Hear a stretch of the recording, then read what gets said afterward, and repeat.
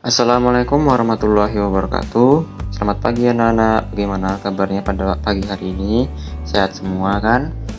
Baiklah, sebelum memulai pelajaran kita pada pagi hari ini, alangkah baiknya kita berdoa terlebih dahulu.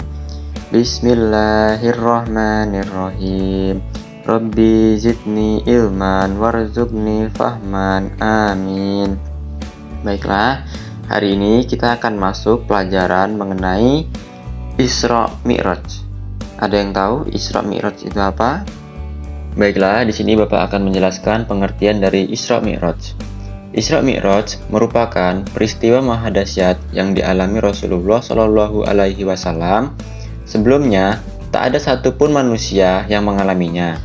Rasulullah menempuh perjalanan superkilat itu, lalu naik ke langit hingga Sidratul Muntaha.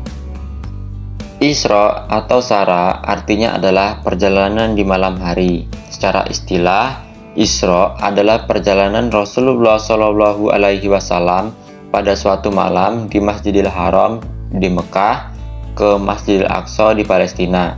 Peristiwa ini disebutkan oleh Allah Ta'ala di dalam Al-Isra ayat 1 yang artinya Maha suci Allah yang telah memperjalankan hambanya pada suatu malam dari Al-Masjidil Haram ke Al-Masjidil Aqsa yang telah kami berkahi sekelilingnya, agar kami perlihatkan kepadanya sebagian dari tanda-tanda kebesaran kami.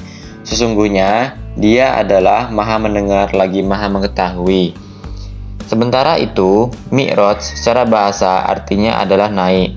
Secara istilah adalah naiknya Rasulullah Shallallahu Alaihi Wasallam ke Sidratul Muntaha. Dalam Al-Quran, Mi'raj ini disinggung dalam surat An-Najm yang berbunyi, dan sesungguhnya Muhammad telah melihat Jibril itu pada waktu yang lain di Sidratul Muntaha.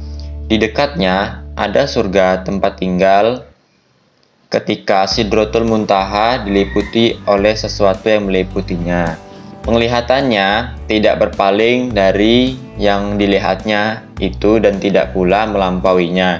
Sesungguhnya dia telah melihat sebahagian tanda-tanda kekuasaan Tuhannya yang paling besar. Quran Surat An-Najm ayat 13-18. Begitulah anak-anak pengertian dari Isra Mi'raj beserta ayat-ayatnya. Semoga anak-anak sekalian mengerti pada materi yang Bapak sampaikan pada pagi hari ini. Cukup sekian, mohon maaf bila ada kesalahan kata. Bapak akhiri. Wallahu muwaffiq ila aqwamit thoriq. Wassalamualaikum warahmatullahi wabarakatuh.